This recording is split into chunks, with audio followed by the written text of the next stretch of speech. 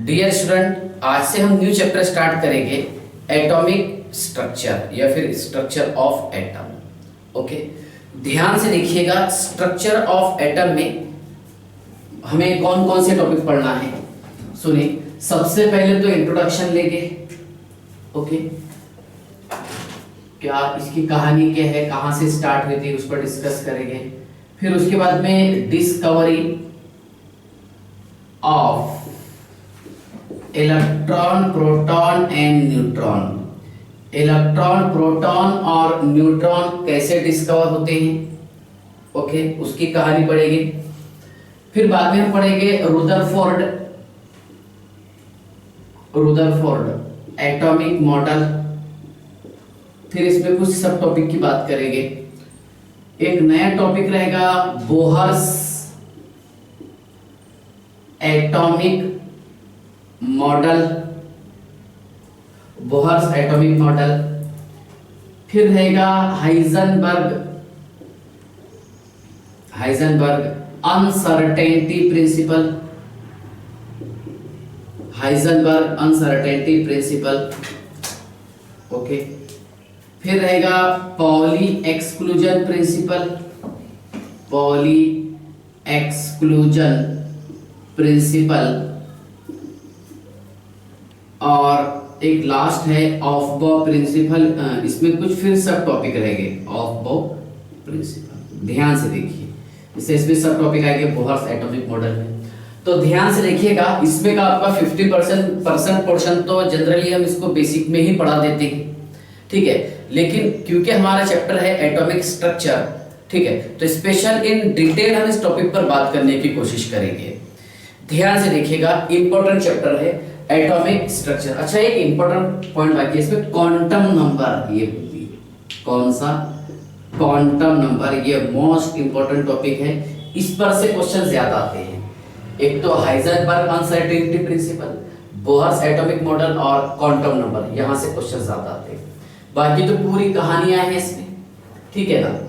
Of बॉ principal सभी को आता है अपने यहाँ पर, पॉली एक्सक्लूजन प्रिंसिपल सारे बच्चों को आता है। ओके, सुनिए, क्वांटम नंबर 4 है, जिसमें principal quantum number, azimuthal quantum number, magnetic quantum number और स्पिन क्वांटम नंबर, ठीक है। इन डिटेल हम उस पर बात करेंगे, ठीक है।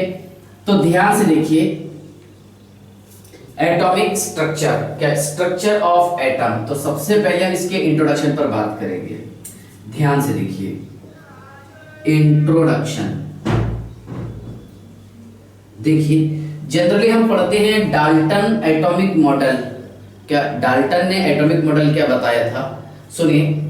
क्या मैं देखो, वर्ल्ड में जो फंडामेंटल पार्टिकल होता है किसी भी सब्सटेंस का, वो एटम होता है। और ये बात है 1808 की।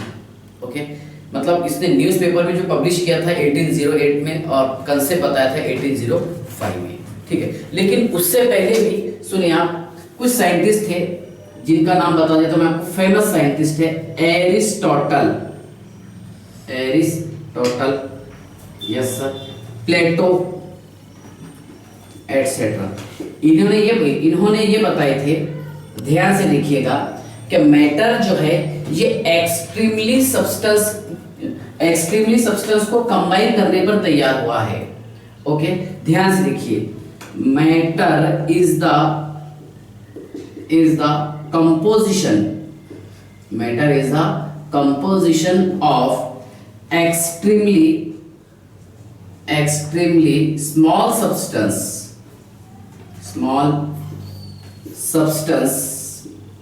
called as atom।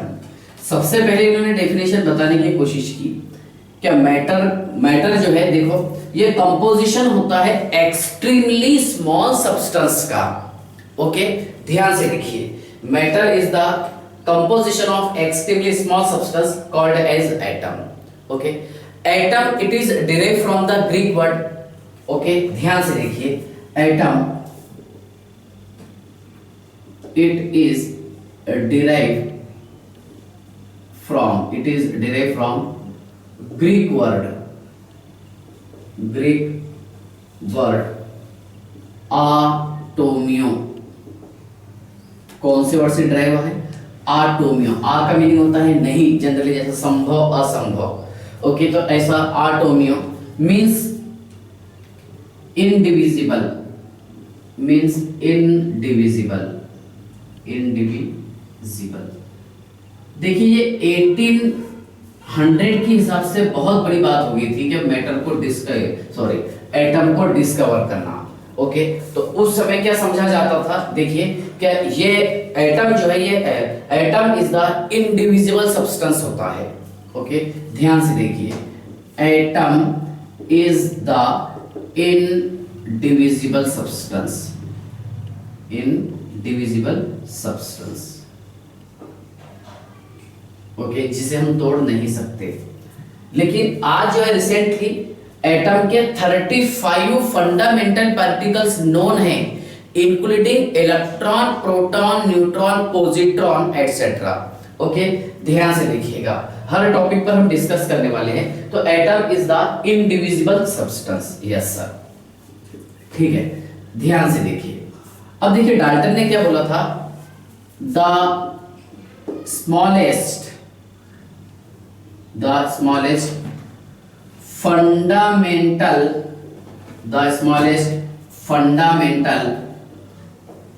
particles in the world or universe, called as atom,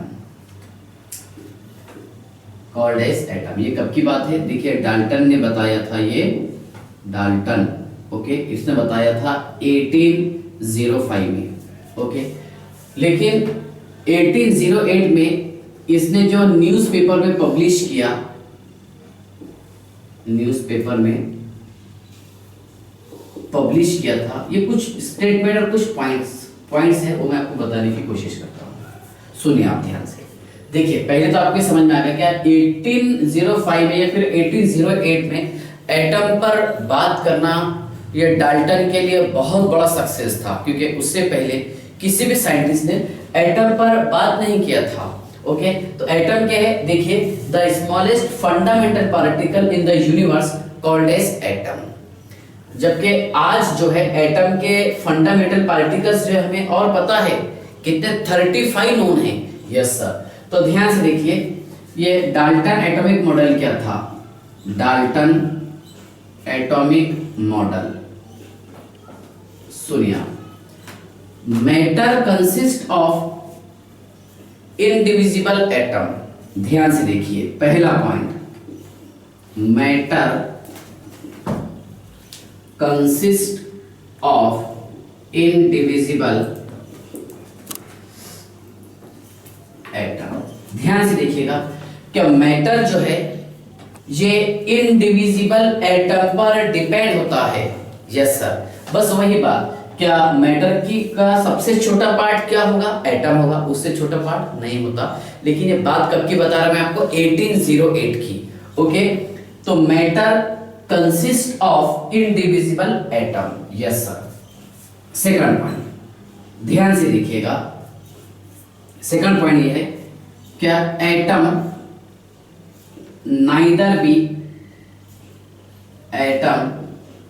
neither be created nor be destroyed during chemical reaction। Chemical reaction के दौरान एटम को ना ही तो क्रिएट किया जा सकता है और ना ही इसको डिस्ट्रॉय किया जा सकता है। लेकिन ये बात कब की बता रहा हूं मैं आपको, 1808 की, यहां से इसकी कहानी शुरू हुई थी। ओके, पहला पॉइंट समझ में आया आपको, matter consist of indivisible atom. Yes sir, ये जो आप 8, 9, 10 में पढ़ के वो चीजें बता रहा हूं। Second point, atom neither be created nor be destroyed during chemical reaction. Chemical reaction के दौरान एटम को ना ही तो हम क्रिएट कर सकते हैं और ना ही डिस्ट्रॉय कर सकते हैं। जैसा हमने पढ़े थे एक law of conservation of mass, mass neither be created nor be destroyed during chemical reaction. Yes, okay, next, इसके बाद देखिए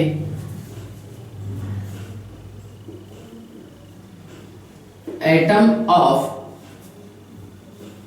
same element, atom of same element having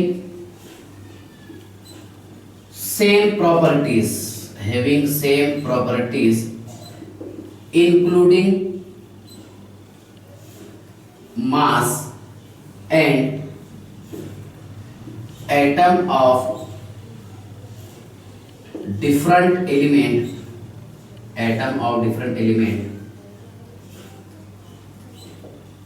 having different property including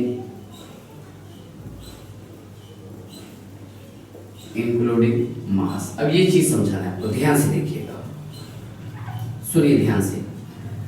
atom of same element having same properties, okay, means including mass and atom of different element having different property including मास।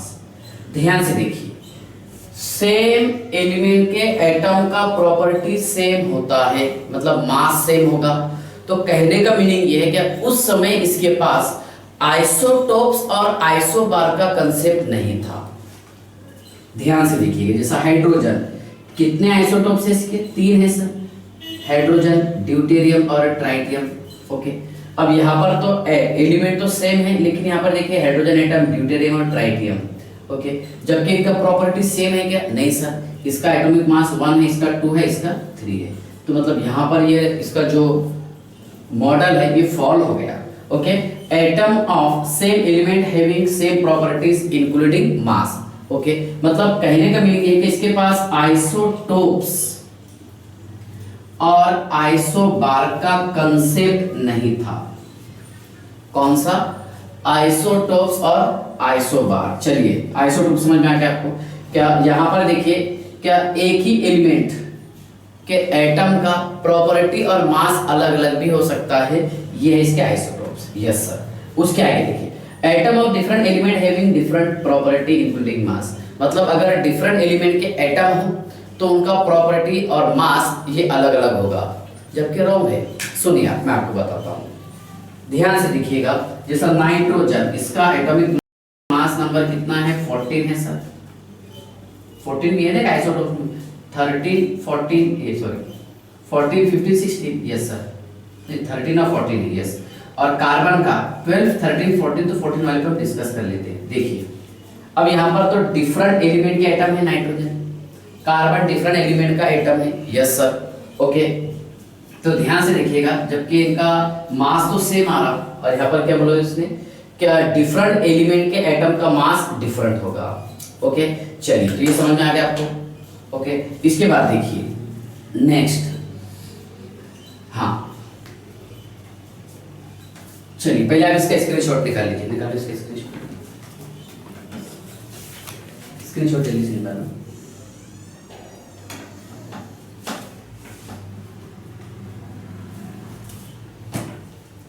निकाल लीजिए।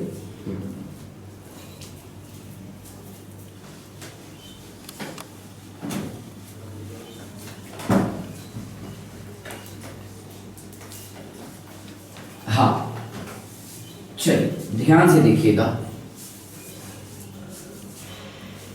Next 4, chemical reaction involve reorganization of atom, okay. देखिए, chemical reaction होता है कब? Atom के reorganisation से, ये तो सिंपल सी बात है। नेक्स्ट 5th पॉइंट ध्यान से देखिएगा, देखिए, compound of elements are formed, compound of elements are formed, लेकिन कब? ध्यान से देखिए, when atom of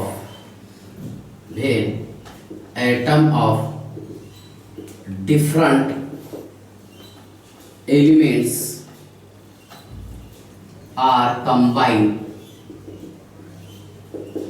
in fixed ratio, are combine in fixed. अब इस पर मैं थोड़ी सी डिस्कस करता हूं। Compound of element are form, okay, ध्यान से देखिए। मान लीजिए कार्बन का रिएक्शन मैंने ऑक्सीजन के साथ करवाया हो तो ये तैयार करेगा carbon dioxide, yes sir. Carbon का रिएक्शन मैंने ऑक्सीजन के साथ करवाया हो तो ये तैयार करेगा कार्बन मोनोऑक्साइड, यस सर, यहाँ 2, ओके। तो यहाँ इसका रेशियो कितना हो रहा, 1:1, यस सर। यहाँ पर 2:1। देखिए कहने का मतलब ये है कि compound of element are form, okay, मतलब एलिमेंट के, सुनिए, एलिमेंट से ही कंपाउंड यहाँ पर तैयार हो गए, यस सर। लेकिन कब, when atom of different element are combine, different element के एटम जब यहाँ पर कंबाइन हो गए, okay, in the fixed ratio. चलिए तो यहाँ पर इसका रेशियो फिक्स है 1:1, ओके, यहाँ पर 2:1, यस सर, ओके। तो बस ये छोटी छोटी बातें थी किसकी, डाल्टन की। ये था डाल्टन एटॉमिक मॉडल। क्या था, डाल्टन एटॉमिक मॉडल। हाँ, इसके बाद देखिए डाल्टन ने क्या बताया था कि atom is the indivisible substance. जबकि सुनिए इसके बाद में जो, मतलब ऐसा मान लीजिए 70 से 80 साल के बाद, 70 to 80 ईयर्स के बाद में फिर डिस्कवरी शुरू हुई, डिस्कवरी ऑफ इलेक्ट्रॉन। अब डिस्कवरी ऑफ इलेक्ट्रॉन, ये सारी चीजें किसमें है, एटम में। मान लीजिए ये है atom, yes sir, okay. Dalton ने ये बताया था कि एटम को हम तोड़ नहीं सकते, ये स्मॉलेस्ट है ना पार्टिकल ऑफ द सब्सटेंस होता है, ओके। तो ध्यान से देखिएगा, इसके बाद में डिस्कवरी हुई, डिस्कवरी ऑफ इलेक्ट्रॉन। मतलब एटम के अंदर क्या क्या प्रेजेंट होते हैं सर, एटम के अंदर प्रेजेंट होते हैं electron, proton, neutron, yes sir. इस एटम के अंदर क्या क्या प्रेजेंट होते हैं, electron, proton, neutron, yes sir. उसके बाद में देखिए आप पॉजिट्रॉन, ये भी हो सकता है, कॉर्क, ये भी हो सकता है, quarks, okay. PQ, GB, G gluons, yes sir, और B बोसॉन, एटसेट्रा।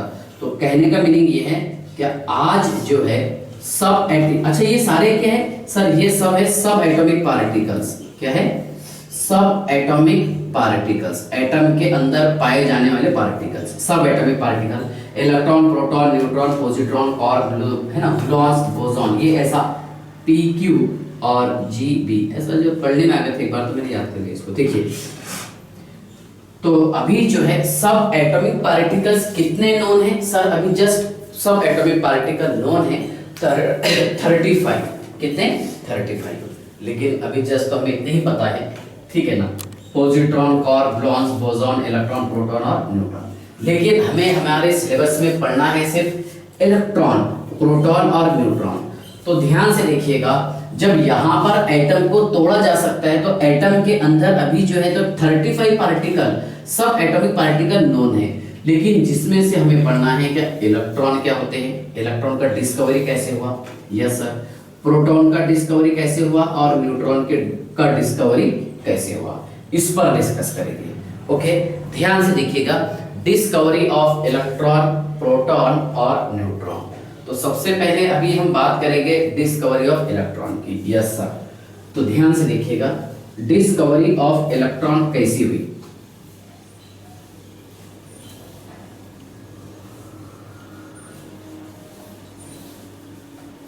चलिए ध्यान से देखिएगा, discovery of electron, okay.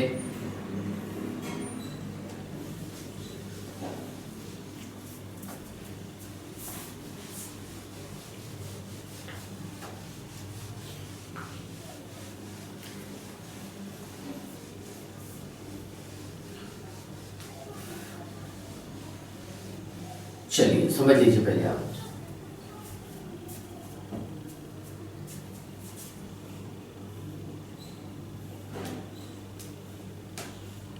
Discovery of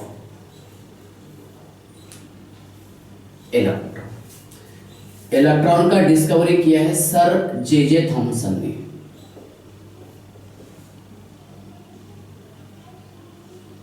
okay. इसको क्रेडिट जाता है, जबकि ये पूरा टीम वर्क था, ठीक है। सर जे थॉमसन को इसका क्रेडिट जाता है डिस्कवरी ऑफ इलेक्ट्रॉन का। हालांकि डिस्कवरी ऑफ इलेक्ट्रॉन पर बात किया था फैराडेज ने भी, जिसने क्वांटिटेटिव रिलेशनशिप बताया था इलेक्ट्रिसिटी और मास के बीच में का। ओके, लेकिन क्रेडिट जिसको जाता उसकी हम बात करेंगे। ध्यान से देखिए, सर जे थॉमसन। ओके, और डिस्कवरी ऑफ इलेक्ट्रॉन कैसा किया था इसने? Cathode rays, okay, cathode rays tube experiment. ध्यान से देखिएगा, कैथोड रेस ट्यूब एक्सपेरिमेंट से इसने किया था डिस्कवरी ऑफ इलेक्ट्रॉन। क्या इलेक्ट्रॉन का कैसा डिस्कवरी हुआ था? ओके, ध्यान से देखिए, सुनिए। ये एक ट्यूब है बेटा, समझ लीजिए पहले आप। इसने ऐसे डिस्चार्ज ट्यूब का इस्तेमाल किया था जिसके अंदर कोई चार्ज नहीं है। यस सर, यहां पर दो प्लेट्स का इस्तेमाल किया था इसने, और ये प्लेट था एल्यूमिनियम प्लेट। ओके, ये ऐसा क्यों किया वो बताने की कोशिश करूंगा आपको। यस सर, ठीक है ना। इसके बाद ध्यान से देखिए, ये एक ऐसा हाई पोटेंशियल लगाया,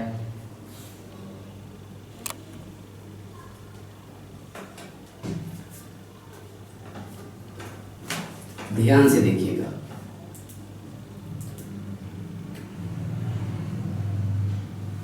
ठीक है, देखिए यह है fluorescence,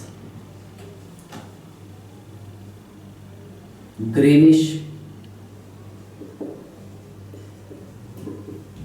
yellow colour, greenish yellow colour. Yes sir, fluorescence क्या रहेगा? ZnS, zinc sulphide. Yes sir, okay.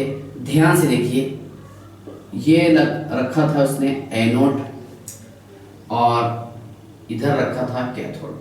दो इलेक्ट्रोड का इस्तेमाल किया था, एक एनोड और एक कैथोड। यस सर, यहां लगाया उसने, सुनिए आप ध्यान से, ये vacuum pump, vacuum pump. Okay, और यहां पर हाई वोल्टेज सप्लाई रखा था, मतलब 10,000 वोल्ट तक के का, 5,000 से 10,000 वोल्ट तक के का।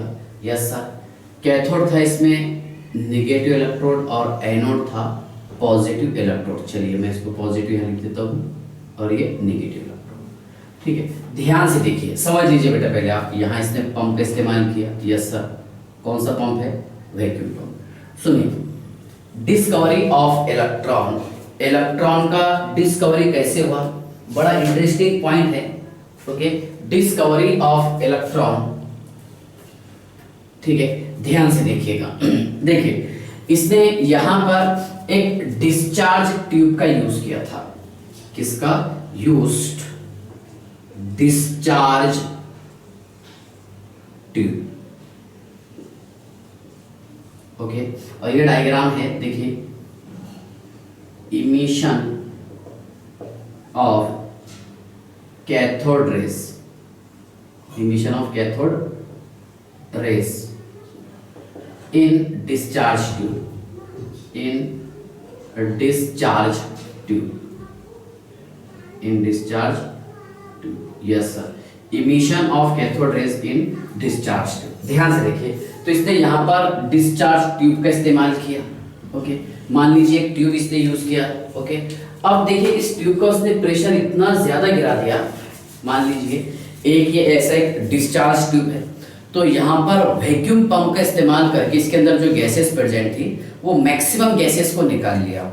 ओके, इतना ज्यादा प्रेशर गिरा दिया इसका कि देखिए इस ट्यूब के अंदर का जो प्रेशर है ये था बेटा 10⁻³ से लेकर के 10⁻²mm of Hg, mm of Hg, यानी इतना ज्यादा इसने प्रेशर गिरा दिया।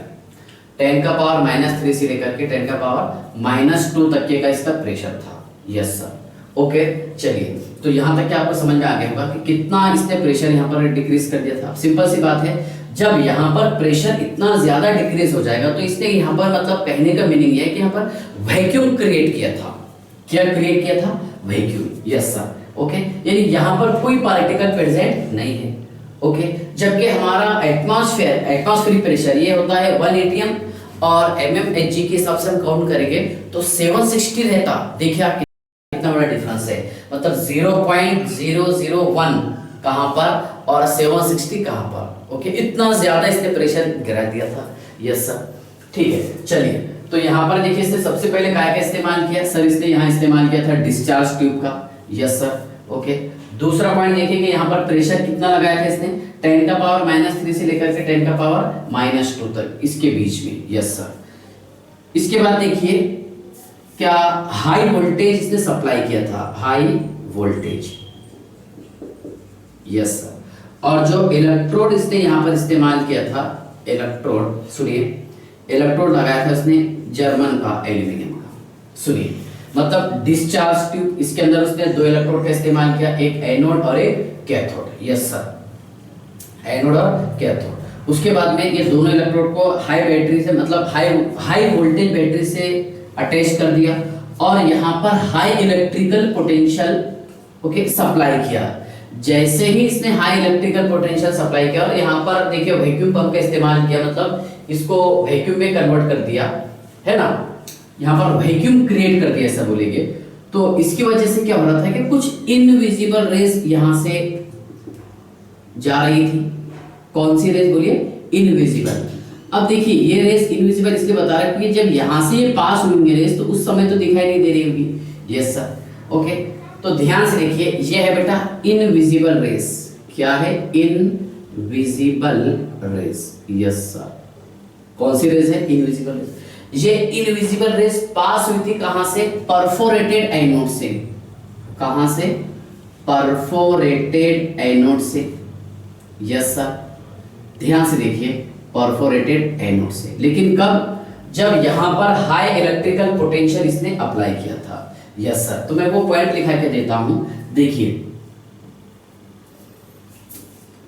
When high electrical potential, when high electrical potential is applied,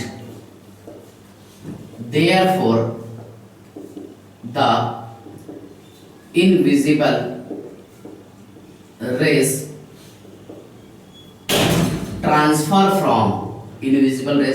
from cathode to anode। अब देखिए, अगर यहां पर ये परफोरेटेड नहीं रहता, ओके, तो तब हम फील नहीं कर सकते थे कि यहां से रेस पास हो रही क्या नहीं हो रही, क्योंकि रेस क्या थी, इनविजिबल रेस थी। यस सर, तो इसलिए एनोड के बाजू में यहां पर इस्तेमाल किए फ्लोरेसेंस के, इस्तेमाल किए फ्लोरेसेंस। यानी जब ये पार्टिकल्स ओके, जब रेस यहां से गुजर रही थी तो परफोरेटेड एनोड, जहां पर एनोड में होल है, तो उसमें से पास होके जा रहे थे और इस पोजीशन पर ये मतलब ये फ्लोरेसेंस जो ZnS जिंक सल्फेट का बना हुआ था, वहां पर जाकर ये चमक रहे थे, ग्लो हो रहे थे। ओके, तो ध्यान से देखिए, transfer from cathode to anode. Okay, then it, ध्यान से देखिए, then it transfer at fluorescence and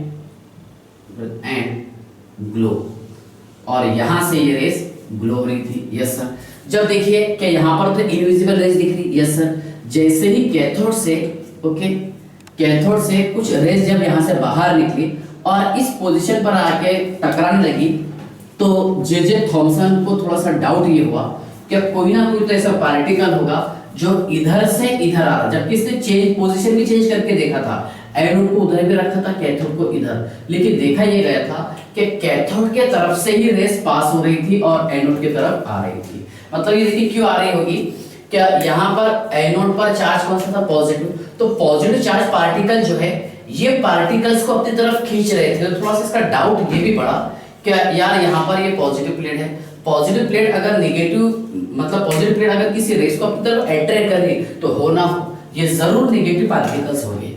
okay, कौन से पार्टिकल होंगे, जरूर नेगेटिव पार्टिकल होंगे। क्यों, क्योंकि एनोड पर पॉजिटिव चार्ज था और पॉजिटिव चार्ज की तरफ ही ये रेस अट्रैक्ट हो रही थी। यस सर, डेविएट हो रही थी। चलिए, और डिफ्लेक्ट हो रही थी। यस, चलिए, तो यहाँ तक क्या आपको समझ में आ गया होगा।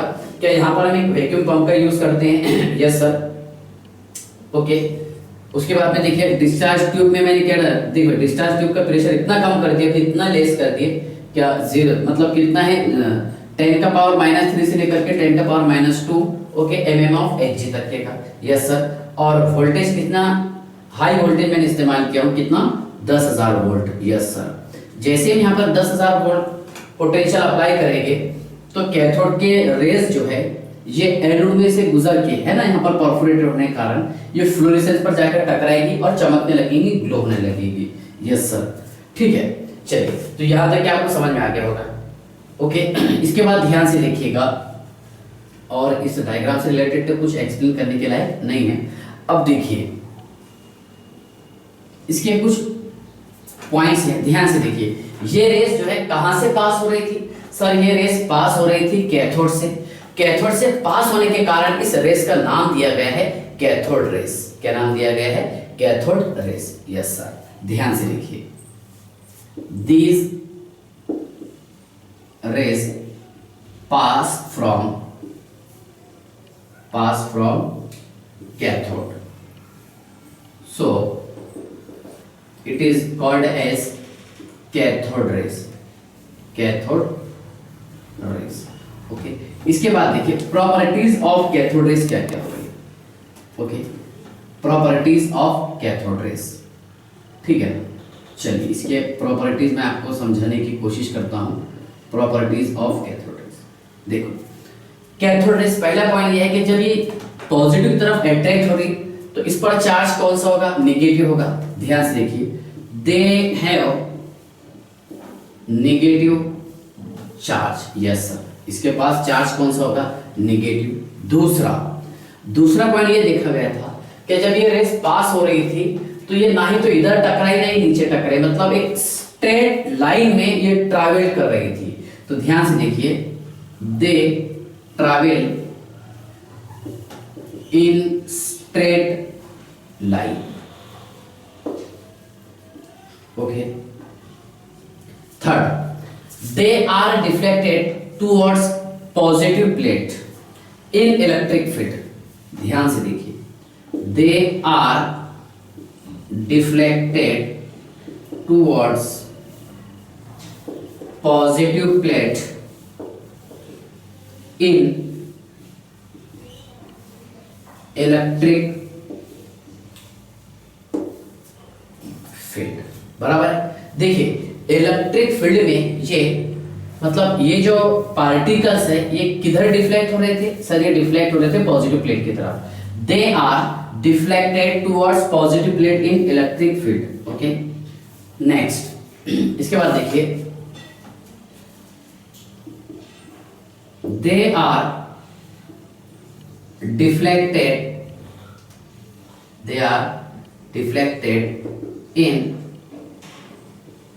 Magnetic field. ध्यान से देखिए, मैग्नेटिक फील्ड में चार्ज पार्टिकल ये डिफ्लेक्ट होते हैं। ओके, मैग्नेटिक फील्ड में ये चार्ज पार्टिकल डिफ्लेक्ट होते हैं, जो आप 8, 9, 10 में पढ़ के आए हैं, फ्लेमिंग रूल। यस, उसके बाद देखिए, they produce fluorescence. Okay, they produce fluorescence, यानी जब ये एनोड, देखिए जब कैथोड रेस एनोड से पास होकर के किसी एक प्लेट पर जाके टकरा रही थी तो उसके कारण क्या होता है? ग्लो हो रहा था, तो इसे क्या बोलते हैं? They produce fluorescence. Yes sir, है ना, ये खासियत है, प्रॉपर्टीज है किसकी? कैथोड रेस की। उसके बाद देखिए, अगर यहाँ पर हम इलेक्ट्रोड का साइज ज्यादा इस्तेमाल करेंगे तो ये प्रोड्यूस कर सकता है एक्सरे। तो ध्यान से देखिए, they produce X-ray. Okay, they produce X-ray. Yes sir, next, they produce ionisation. ये क्या प्रोड्यूस करेगा? आयोनाइजेशन। अब आयोनाइजेशन कैसे प्रोड्यूस करेगा? देखिए मान लीजिए यहाँ पर गैस के पार्टिकल है, क्योंकि प्रेशर हमने कम किया लेकिन गैस के पार्टिकल तो थोड़े फार बाकी है ना इसके अंदर। यस सर, तो देखिए क्या होगा कि जब गैस के पार्टिकल एक दूसरे से टकराएंगे, ओके, देखिए गैस के पार्टिकल जब एक दूसरे से टकराएंगे तो टकराने के कारण क्या होगा, क्या ये एनर्जी, देखो यहाँ पर ये मतलब इलेक्ट्रॉन रिलीज करेगी, क्या रिलीज करेंगे, इलेक्ट्रॉन, यस सर, है ना। जैसा आयोनाइजेशन एंथैल्पी, गैसियस एटम का कन्वर्जन किसमें होता है, गैसियस आयन में। तो ये गैसियस एटम था, टकराने के कारण क्या हुआ कि इसमें से इलेक्ट्रॉन बाहर आए, यस सर, ओके। तो यहाँ पर देखिए प्रेशर कम किए थे, चलो मानते हैं हम, लेकिन इसमें और भी तो गैस के मॉलिक्यूल प्रेजेंट थे, यस सर। तो जब ये गैसेस पार्टिकल और मॉलिक्यूल आपस में टकराएंगे तो उसके कारण क्या होगा सब, उसके कारण होगा आयोनाइजेशन, क्या होगा, आयोनाइजेशन। चलिए तो यहाँ तक क्या आपको समझ में आ गया होगा, यस। देखिए क्या properties of cathode rays, they have negative charge, okay, they travel in straight line, yes sir, they travel in straight line. Third, they are deflected towards positive plate in electric field, they are deflected in magnetic field, they produce, okay, fluorescence, they produce x-ray और they produce ionization।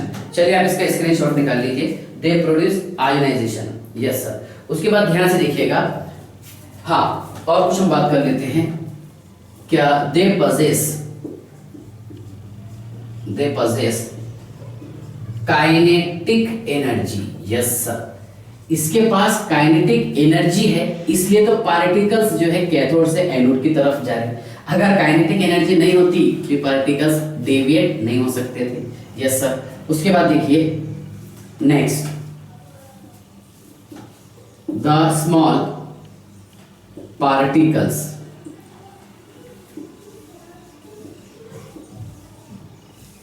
Deviate from cathode to anode, okay.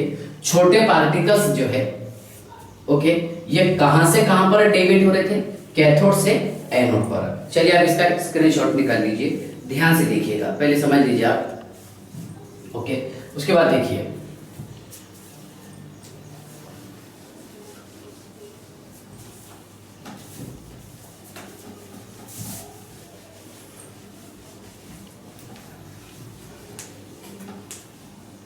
देखिए ये जो हमने कहानी पढ़ी इतनी बड़ी कि पार्टिकल्स डेविएट हो रहे थे इलेक्ट्रिक फील्ड में, मैग्नेटिक फील्ड में, ओके, और कैथोड से एनोड की तरफ जा रहे थे, तो कहीं ना कहीं इसका डाउट ये बढ़ा कि ये जरूर नेगेटिव पार्टिकल होंगे, यस सर। और उस नेगेटिव पार्टिकल का नाम दिया H.A. लॉरेंज ने, क्या दिया, इलेक्ट्रॉन। यानी ध्यान से देखिएगा, इलेक्ट्रॉन का नाम किसने दिया, लॉरेंज ने, ओके, याद रखिएगा आप। चलिए छोटे छोटे पॉइंट्स याद रखना कि इलेक्ट्रॉन का नाम जो है वो थॉमसन ने नहीं दिया था, डिस्कवरी किया था मानते हम, लेकिन इलेक्ट्रॉन का नाम किसने दिया था, लॉरेंज ने, यस सर। उसके बाद देखिए थॉमसन ने और कोशिश ये किया, क्या इलेक्ट्रोड भी चेंज किया और यहां पर देखिए गैस भी चेंज किया, ओके। हो सकता है noble gas, hydrogen gas, nitrogen gas, okay, उसके बाद में ऑक्सीजन गैस एटसेट्रा, अलग अलग गैस इस्तेमाल किया होगा, क्योंकि ये जो है बड़ा टीम वर्क रहता। हालांकि देखिए नोबेल प्राइज इनको मिला, जे थॉमसन को, इसलिए वर्ल्ड में ये मशहूर हुए। हो सकता है कि इनके साथ में कोई बहुत बड़ा टीम वर्क होगा और दूसरे साइंटिस्ट भी होंगे, क्योंकि ये टीम वर्क रहता, ठीक है। चलिए ध्यान से देखिएगा, क्या यहाँ पर जे थॉमसन ने क्या किए, क्या मतलब यहाँ पर देखिए इलेक्ट्रोड को भी चेंज किए और गैस को भी चेंज किए। जब इन्होंने गैस को और इलेक्ट्रोड को चेंज किए तो कैथोड रेज की जो प्रॉपर्टी है उसमें कोई चेंजेस नहीं हुआ था। ध्यान से देखिएगा, क्या ऑन चेंजिंग गैस और इलेक्ट्रोड, ऑन चेंजिंग गैस और electrode material, there is no change in properties of cathode rays। ध्यान से देखिएगा, on changing gas or electrode material, then there is no change in properties of cathode rays।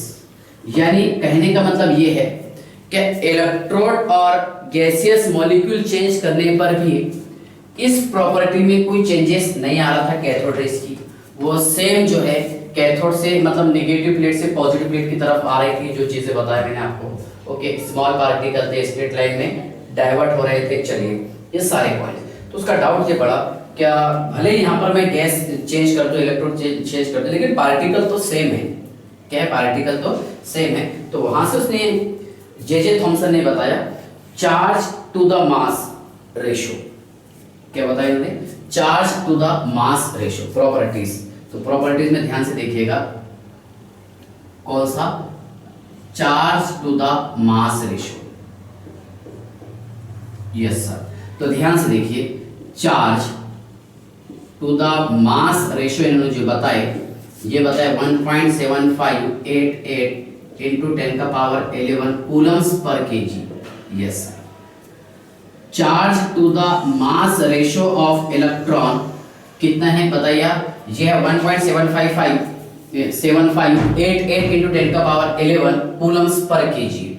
Yes sir. Okay, याद रखिएगा charge to the mass ratio of electron.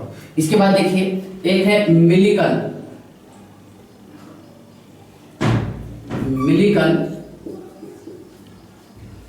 Oil drop experiment. Millikan oil drop experiment. अब ये आपको तो physics में ज्यादा पढ़ना है, केमिस्ट्री में इतना नहीं पढ़ना है। इसका जो कंक्लूजन है बताया तो मैं आपको। देखिए charge of electron, charge of electron इन्होंने बताया कि 1.6 इंटू 10 का पावर -19 कूलम्स। यस, और यहाँ पर देखिए इसकी वैल्यू धीरे धीरे इंप्रूव हुई और अभी तक कहाँ पहुँच गई? 1.6022 इंटू 10 का पावर -19 कूलम्स। इन्होंने बताए थे ESU में, इलेक्ट्रोस्टैटिक यूनिट में, और बाद में इसको देखो चेंज किया हमने किसमें? कूलम्स में। तो 1.6022 इंटू 10 का पावर -19 कूलम्स। ओके, ये रहेगा बेटा चार्ज ऑफ इलेक्ट्रॉन। क्या बताइए आप? सर ये है चार्ज ऑफ इलेक्ट्रॉन, इलेक्ट्रॉन का चार्ज। ओके, इसके बाद देखिए मास ऑफ इलेक्ट्रॉन जो है यहां से निकाले हैं। कैसे निकाले मैं आपको बताने की कोशिश करता हूं। देखिए mass of electron, mass of electron is equal to the ये E बाय m, ये चार्ज और ये mass. Yes sir, is equal to, okay, ये कितना था बेटा? देखिए ये 1.6022 इंटू 10 का पावर -19 कूलम्स अपॉन, और ये कितना है? 1.7588 इंटू 10 का पावर 11 कूलम्स पर KG. Yes sir, coulomb coulomb cancel. So mass of electron 1.908 into 10 का पावर -31 केजी। चेक कर सकते हैं आप। तो ये है मास ऑफ इलेक्ट्रॉन, यानी इलेक्ट्रॉन का मास कितना होगा? मास ऑफ इलेक्ट्रॉन। ओके, चलिए तो ये धीरे धीरे कहानी देखिए कैसे बढ़ती जाती है। ओके, ये था बेटा डिस्कवरी ऑफ इलेक्ट्रॉन, कि इलेक्ट्रॉन का डिस्कवरी कैसे हुआ। ओके, इसके बाद के लेक्चर में हम पढ़ेंगे डिस्कवरी ऑफ प्रोटॉन, कि प्रोटॉन का डिस्कवरी कैसे हुआ, फिर डिस्कवरी ऑफ न्यूट्रॉन। चलिए, ओके, बाय।